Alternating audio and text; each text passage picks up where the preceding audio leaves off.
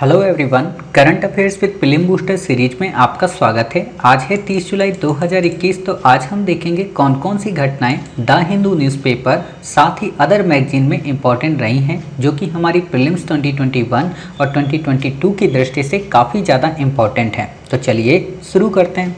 जैसा कि आप देख रहे हैं, आज है 30 जुलाई 2021। तो आज हम देखेंगे पीआईबी के साथ साथ द हिंदू न्यूज़पेपर और अदर करंट अफेयर्स की मैगजीन में कौन कौन सी घटनाएं इंपॉर्टेंट रही हैं। आज का जो हमारा पहला आर्टिकल है वो है अर्थ ओवरशूट डे।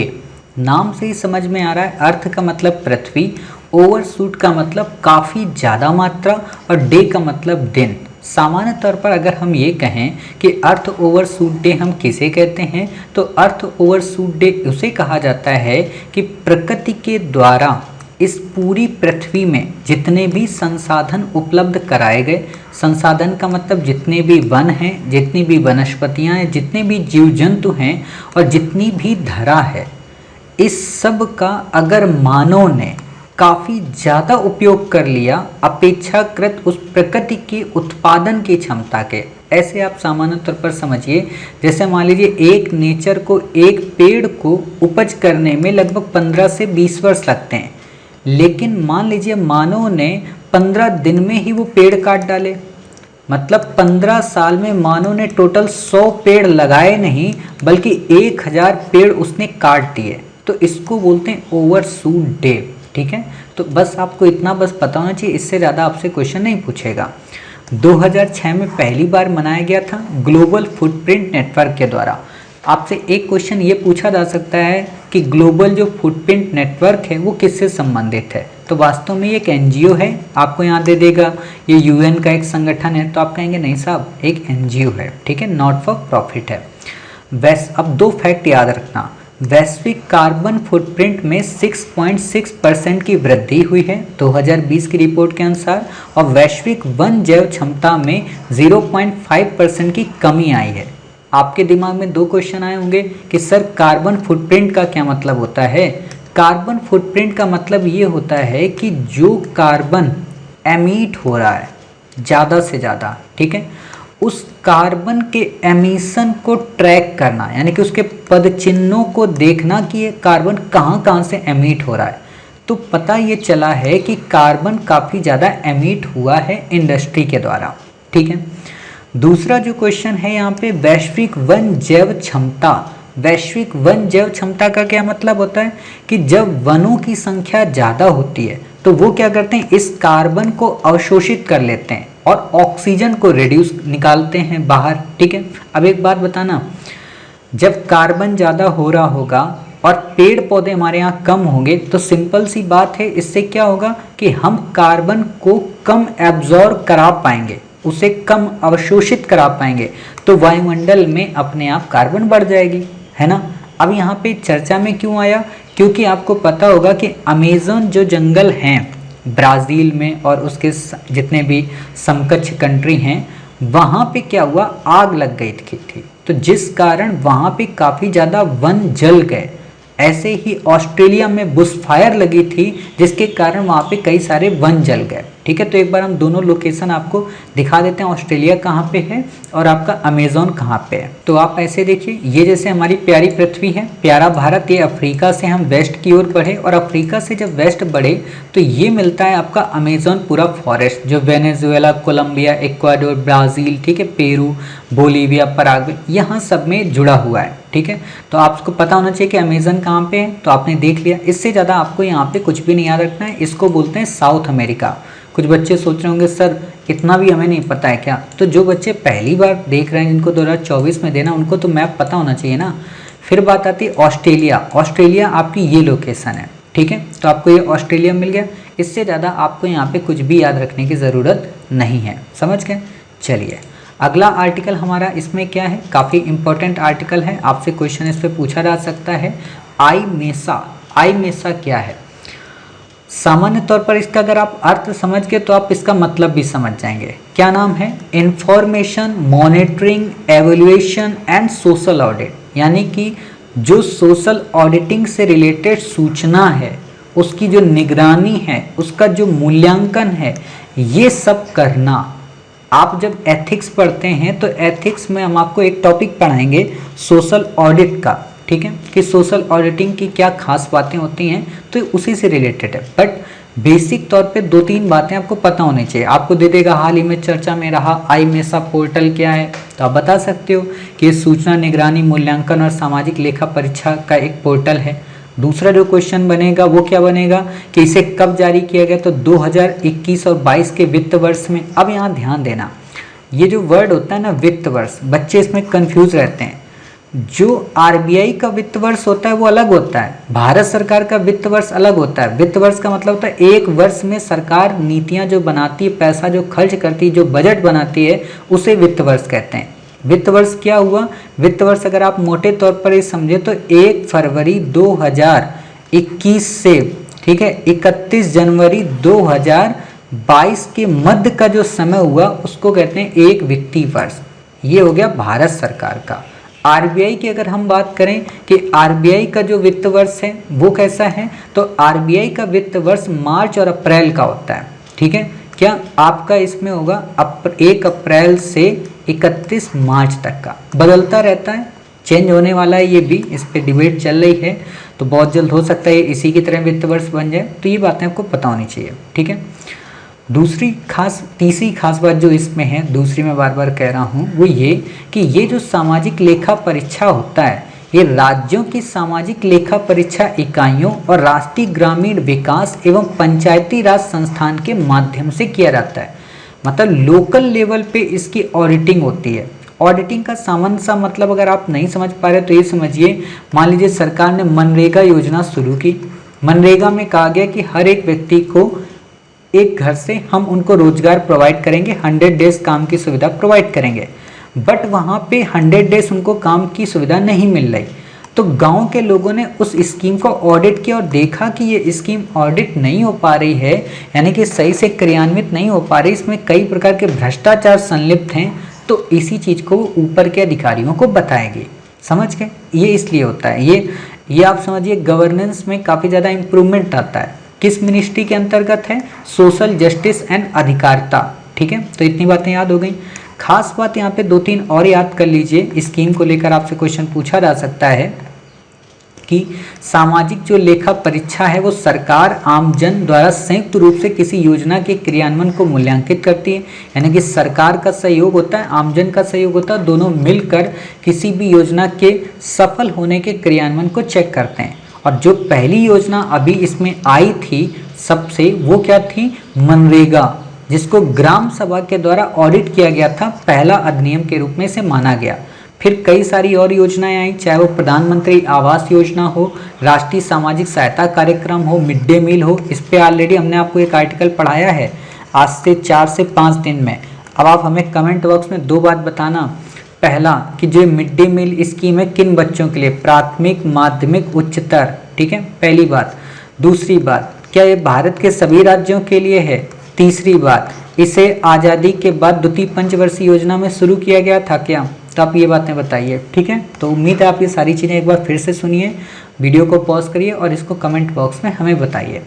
सार्वजनिक वितरण प्रणाली, ठीक है। आपको एक क्वेश्चन यहाँ पे ये भी दे सकता है कि निम्न में से किन किन योजनाओं का या किन किन भारत सरकार की स्कीम का लेखा परीक्षा किया गया है या किया जाता है, तो आपको ये नाम दे देगा कंफ्यूज कराने के लिए, और ऑप्शन इसमें सारे सही होंगे कि उपयुक्त सभी विकल्प, ठीक है। तो इतनी बातें समझ गए। अगला काफ़ी ज़्यादा या कहें कि मोस्ट इम्पॉर्टेंट आज के आर्टिकलों में अगर हम बात करें तो वो है अंतर्राष्ट्रीय बाघ दिवस। अंतर्राष्ट्रीय बाघ दिवस आपसे नहीं पूछेगा कि 29 जुलाई को मनाया जाता है, आप हमें बताइए, बल्कि इसके संबंध में जितने भी प्रोविजन हैं उन पे क्वेश्चन आएगा। क्या कि भारत के 14 जो टाइगर रिजर्व हैं उनको global conservation assured tiger standard की मान्यता प्राप्त हुई है। ये क्या है, पहला तो दिमाग में आपके अंदर आया होगा कि सर ये कैट्स है क्या। कैट्स इसको बोलते हैं CA/TS, ठीक है। ये क्या है कैट्स, कैट्स वास्तव में कंजर्वेशन एश्योर्ड करता है टाइगर्स के लिए और एक मानक बताता है कि किसी भी व्यक्ति को या किसी भी गवर्नमेंट को जो टाइगर रेंज कंट्री हैं, 13 टाइगर रेंज कंट्री अभी उन्हें बताएंगे आपको, तो वो लोग अपने यहाँ टाइगर को रखने के लिए कैसा इन्वायरमेंट बनाएं, कैसे उसके लिए इक्विपमेंट्स लाएं, कैसी टेक्नोलॉजी का उपयोग करें, उसे कैसे बीमारियों से बचाएं, किस तरीके का उसे खाना दें, कैसे उसको पानी पिलाएं, उसको कैसे नहलाएं और उसको कैसे मतलब प्यार मोहब्बत करें। भाई सेब बाघ ही तो है, उसको भी तो सारी चीज़ें चाहिए, ठीक है। कैसे ह्यूमन एक्टिविटी से उसको दूर रखें क्योंकि वो बेचारा शर्मा जाता होगा, ठीक है। तो इसलिए ये स्टैंडर्ड तय करती है, तो उसी स्टैंडर्ड के अकॉर्डिंग इसका गठन किया गया। तो आपसे एक क्वेश्चन ये भी पूछेगा कि इसे क्या यूएनईपी ने गठन किया, आईयूसीएन ने इसे गठन किया? तो बिल्कुल भी नहीं। ये एक वैश्विक गठबंधन है, ये सभी 13 जो देश हैं और इन्होंने बनाया है। 2013 में ये कॉन्सेप्ट आया, ठीक है। क्या करता है, विभिन्न मापदंड सेट करता है कि बाघों को ऐसे रखना चाहिए, ठीक है। ग्लोबल टाइगर फोरम और बाघ संरक्षण पर काम करने वाला जो एक अंतर्राष्ट्रीय एनजीओ है। आपसे अगर सिंपल सा क्वेश्चन पूछे कि ग्लोबल टाइगर फोरम क्या, तो आप बता देना कि ये एक तरीके का एनजीओ है जो कि बाघ संरक्षण पे काम करता है। खास बात यहाँ पे ये है कि जो ये ग्लोबल टाइगर फोरम है और इंडिया का जो वर्ल्ड वाइल्ड लाइफ फंड है, ये दोनों मिलकर कैट्स के मूल्यांकन के लिए काम करते हैं, ठीक है। यानी कि राष्ट्रीय बाघ संरक्षण जो प्राधिकरण है उसके तहत ये काम करते हैं। नहीं समझ में आया होगा, ऐसे समझिए जैसे एक कैट्स मैकेनिज्म है, ठीक है। तो कैट्स को कौन रिपोर्ट हमारे यहाँ देता है, राष्ट्रीय बाघ संरक्षण देता है, ठीक है। राष्ट्रीय बाघ संरक्षण जो प्राधिकरण है ये किन से रिपोर्ट मांगता है, ये world wild life fund India और ग्लोबल टाइगर फोरम इन दोनों से रिपोर्ट मांगता है, ठीक है। तो ये दोनों रिपोर्ट देते हैं इसको और ये ऊपर सबमिट करता है। समझ गए, इस लाइन का मतलब यही है। तो इतनी बातें आपकी क्लियर हुई कॉन्सेप्ट। चलिए अब देखते हैं बाघ के बारे में सामान्य जानकारी। तो जो बाघ है यानी कि टाइगर है वो इंडेंजर्ड है। एक बात यहाँ पे बताएं आपको, यूपीएससी ने एक बार क्वेश्चन पूछा था, कई सारी स्पीसीज आपको दे देता है आईयूसीएन की और पूछता है इनमें से कौन सी स्पीसीज भारत में नहीं पाई जाती, यानी कि पूरी तरह से समाप्त हो गई है, ठीक है। तो उसमें क्या दिया था, चीता, ठीक है। उसमें दिया था ऑप्शन में चीता, और आपको पता होना चाहिए भारत से चीता पूरी तरह से समाप्त है, भारत में चीता नहीं है। तो जिन बच्चों को नहीं पता तो उन्होंने चीता टिक कर दिया। तो चीता इंडिया से एक्सटिंक्ट हो चुका है, ठीक है। आपको ऑप्शन में वहाँ दिया होता है और बाघ भी दिया था। तो आप अगर इसको एलिमिनेट करना जानते थे चीता को ही, तो आपका आईयूसीएन की लिस्ट का आंसर निकल जाता। तो ये ट्रिक है, हम बताएंगे आपको। तो इसमें आप केवल ये याद रखिए, बाघ जो है टाइगर वो इंडेंजर्ड कैटेगरी में आता है आईयूसीएन की। वन्य जीव संरक्षण अधिनियम 1972 की अनुसूची 1 में आता है और साइट्स की जो अपेंडिक्स 1 है उसके अंतर्गत शामिल है, ठीक है। साइट्स क्या है, ये ट्रेड से रिलेटेड मैकेनिज्म है। आईयूसीएन आपको पता है जो लिस्टेड करता है, और वन्य जीव संरक्षण अधिनियम तो आपको इंडिया का पता है। इंपॉर्टेंट एक और बात कि देश के 18 राज्यों में हमारे यहाँ टाइगर रिजर्व है, ठीक है। ध्यान देना, देश के 18 राज्यों में टाइगर रिजर्व है। यहाँ पे क्वेश्चन घुमा देगा भारत के सभी राज्यों में टाइगर रिजर्व है तो गलत हो जाएगा। और एक और बात बताएं, यूपीएससी ने एक बार क्वेश्चन भी पूछा है कि निम्न में से कौन सा टाइगर पार्क है या टाइगर रिजर्व है ना। तो ऑप्शन गलत हुआ था, भीतरकनिका नेशनल पार्क, सुंदरवन, ये सारे दिए थे उसमें, ठीक है। बैक ईयर ऐसे ही आप देखा करें, समझा करें। खैर दिक्कत तो कोई नहीं है, हम आपको तो ऑलरेडी कवर कराएंगे ही 1 अगस्त से सारी चीज़ें। तो क्या है कि इंडिया में जो टाइगर हैं 7910 हो गए हैं, ठीक है। भारत में वृद्धि हुई है। आपसे क्वेश्चन दे देगा कि भारत में विगत कई महीनों में या पिछले दशक में टाइगर की संख्या में कमी देखी गई, तो आप बता दोगे ना भाई साहब वृद्धि हुई है, ठीक है। भारत वैश्विक स्तर पर बाघों की 70% से अधिक आबादी का घर है, यानी कि जो 13 रेंज कंट्री हैं बाघ की, जहां बाघ पाए जाते हैं नॉर्मली, उनमें भी भारत में 70% आबादी केवल भारत में है। बाकी वर्ल्ड के उन 13 कंट्री में उतनी नहीं है जितनी भारत में है। समझ गए। अब जब इतनी बातें आप समझ गए तो एक बात और याद रखना, वो ये कि इंडिया में करंट में इसमें 51 टाइगर रिजर्व हैं। 51 के 51 आपको नेम नहीं याद रखते हैं, जो करंट में होते हैं हमें उन्हें ही केवल याद रखना पड़ता है, ठीक है। दूसरी इंपॉर्टेंट बात ये है, आपको क्वेश्चन अगर दे दे कि सेंट पीटर्सबर्ग डिक्लेरेशन किससे रिलेटेड है, तो आप बताएंगे टाइगर के कंजर्वेशन से, टाइगर की संख्या को डबल करने से। तीसरा क्वेश्चन एक और आपसे पूछ सकता है, वो ये कि पहला ऐसा कौन सा देश है जिसने टाइगर की संख्या को डबल कर लिया 2022 के पहले, तो वो कौन सा देश है बता सकते हो। नेपाल छोटा सा बेचारा देश है तो उसने डबल कर लिया, ठीक है। एक और इम्पॉर्टेंट फैक्ट वो ये कि TX/2 यानी कि TX2 ये प्रोग्राम किससे रिलेटेड है, ये वास्तव में टाइगर की संख्या डबल करने से। आपको लग रहा हो सर क्या इस पे क्वेश्चन आएगा, बिल्कुल आएगा। क्यों, क्योंकि आपको पता होना चाहिए यूपीएससी ने एक क्वेश्चन पूछा था एम स्ट्रिप्स के बारे में, ठीक है। एम स्ट्रिप्स वास्तव में बाघों के संरक्षण से ही है, तो समझ सकते हो क्वेश्चन आपसे पूछा जा सकता है, ठीक है। इतनी बातें हो गई। अब यहाँ पे बात आती है टाइगर रेंज कंट्री के बारे में। हम इसे देखें, इससे पहले हम आपको वो 14 टाइगर रिजर्व के नाम और उनके स्टेट बता देते हैं ताकि आपको याद रहे, क्योंकि आपसे क्वेश्चन पूछा जा सकता है, ठीक है। या इनमें से कौन नहीं शामिल थे तो ये भी पता होना चाहिए। मानस टाइगर रिजर्व असम में है, कांजीरंगा ये भी असम में है, ओरांग ये भी असम में। कांजीरंगा आप पढ़ते हैं, एक और है, क्या नाम है उसका, कंचनजंगा, वो कहाँ पे है, सिक्किम में, ठीक है। तो कांजीरंगा और कंचनजंगा में कंफ्यूज नहीं होना है आपको।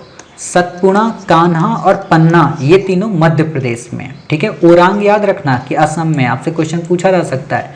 महाराष्ट्र का पेंच और बिहार का वाल्मीकि, उत्तर प्रदेश का दुधवा, ये भी इसमें शामिल किए गए हैं 14 टाइगर रेंज जो 14 जो टाइगर रिजर्व हैं स्टैंडर्ड के रूप में, उनमें। पश्चिम बंगाल का सुंदरवन, इस बार यूपीएससी ने क्वेश्चन पूछ लिया था 2020 में, अब आपसे नहीं पूछेगा। केरल का परम्बिकुलम काफ़ी इंपॉर्टेंट है। कर्नाटक का बांदीपुर बहुत ज़्यादा चर्चा में है पिछले 2 वर्षों से, ठीक है। मुदुमलाई तमिलनाडु का, अनामलाई तमिलनाडु का। यूपीएससी अगस्ता मलाई पे क्वेश्चन पूछ चुकी है, तो मे भी हो सकता है अनामलाई और मुदुमलाई पे पूछ ले। और मुदुमलाई और अनामलाई पिछले कई वर्षों से चर्चा में, तो ये नाम याद रखना कि मुदुमलाई कहाँ है, अनामलाई कहाँ है, साफ तमिलनाडु। परम्बिकुलम कहाँ पे है, केरल में। ओरांग कहाँ पे, असम में, ठीक है। तो ये नाम आपको याद होने चाहिए। अब 13 टाइगर रेंज कंट्री कौन कौन से हैं, तो इंडिया है, Bangladesh, Bhutan, Cambodia, China, Indonesia, लाओ, पीडीआर, मलेशिया, म्यांमार, नेपाल, रूस, थाईलैंड, वियतनाम। खास बात क्या है यहाँ पे कि इन 13 कंट्री में कौन नहीं है, पाकिस्तान नहीं है, अफगानिस्तान नहीं है, श्रीलंका आपका नहीं है ना। तो ये बातें आपको याद रखनी। मालदीव भी आपका नहीं है, क्लियर, क्योंकि आपसे क्वेश्चन पूछ देगा, ठीक। तो यहाँ पे ऐसे नोट करके लिख लेना कौन कौन से देश इसमें नहीं है। अभी आपको लोकेशन दिखा देते हैं, ठीक है, ताकि आपको चीज़ें याद रहें। जैसे आप ये देख रहे हैं, ठीक है, ये हमारा प्यारा भारत, ये छोटा सा नेपाल, ठीक, ये बांग्लादेश आपका, ये चाइना यहाँ पे, क्लियर, ये आपका थाईलैंड, ये आपका लाओस, ये आपका वियतनाम, ठीक है, कंबोडिया आपका, ये सारे आप देख रहे हैं लोकेशन। इससे ज़्यादा आपको यहाँ पे याद नहीं रखना है। ये ऊपर रसिया है हमारा, ठीक है, मंगोलिया, क्लियर। तो इतनी ज़्यादा आपको इन्फॉर्मेशन इससे ज़्यादा आपको नहीं रखनी है, ठीक है। म्यांमार आपका हो गया, मलेशिया हो गया, मंगोलिया नहीं है, ये भी ध्यान रखना। और एक और आपको बताएं कि मंगोलिया को क्या कहते हैं, 2 स्टेट नेशन, ठीक है। तो आपको ये भी याद रखना है, समझ गए, लैंडलॉक कंट्री है पूरी तरीके से।